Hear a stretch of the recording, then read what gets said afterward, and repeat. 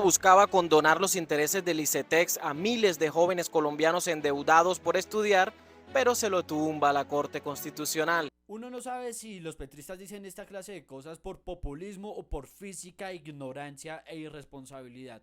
Aquí les explico por qué y lo más grave de estos comentarios al final del video. Influencers prepagos como Celso, que tienen contratos con el Estado, ahora están moviendo una narrativa en donde la Corte Constitucional es la mala o la Corte Suprema. Cuando la Corte les dice que sí a alguna ley o algún decreto de Gustavo Petro, aplauden a la Corte, pero cuando la Corte les dice que no, entonces es la perversa Corte que está destruyendo al gobierno nacional y destruyendo a los colombianos. Cuando la Corte Constitucional le tumbó decenas de decretos a Iván Duque, salían a aplaudirla y decirle que era la guardiana de la Constitución.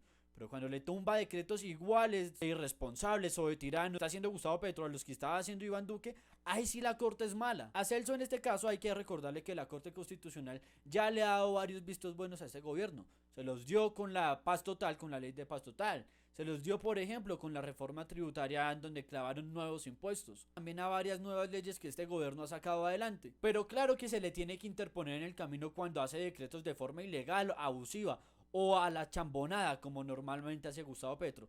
Cabe recordar que también era la práctica que Gustavo Petro utilizó cuando fue alcalde de Bogotá, gobernar por decreto como si fuera un emperador, decretos que se le caían a cada rato por lo mismo. Y es que cabe recordarle que él no es el que asigna el presupuesto nacional, el que hace eso es el Congreso de la República, en la ley del presupuesto.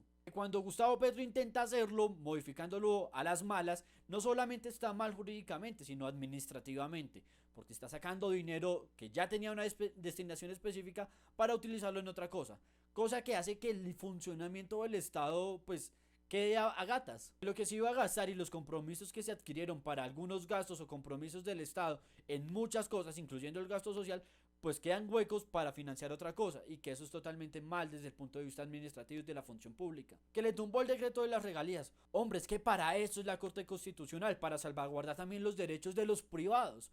O si no, no seríamos un Estado social de derecho, donde los privados también tienen derecho. Y si los privados habían adquirido unos derechos adquiridos, en este caso las regalías, pues no se pueden modificar, por más de que el Estado sea quien garantiza sus derechos. Y que eso a la postre termina en una baja calificación para la inversión en el país. Y eso también lo tiene que calificar y salvaguardar la Corte Constitucional. Hay que recordarle a Celso que la Corte Constitucional, el equilibrio de poderes y las instituciones en el país, se crearon precisamente para eso, para que el presidente no sea un autócrata o un dictador, y que todo ese marco institucional se creó precisamente para evitarnos personajes como Petro, personajes que creen que pueden cobrar el tiro de esquina, salir a hacer el pase, dar el cabezazo, intentar taparlo y de paso mirar el bar. Que así no funciona. Ningún ser humano es perfecto ni se la sabe todas. Y ese es el mismo caso de Gustavo Petro. No puede ser jurídico, economista, administrador público, político, internacionalista, constitucionalista, experto en gas, experto en petróleo, experto en medio ambiente, experto en derecho privado, experto en capital de mercados, experto en todo lo que se le da la gana a Gustavo Petro. Y ahí viene lo más grave, el relato que están montando sobre las instituciones, sobre el Banco de la República, las cortes, las altas cortes, el Congreso, las procuradurías, las IAS en general. Es una clara muestra de cómo mueren las democracias.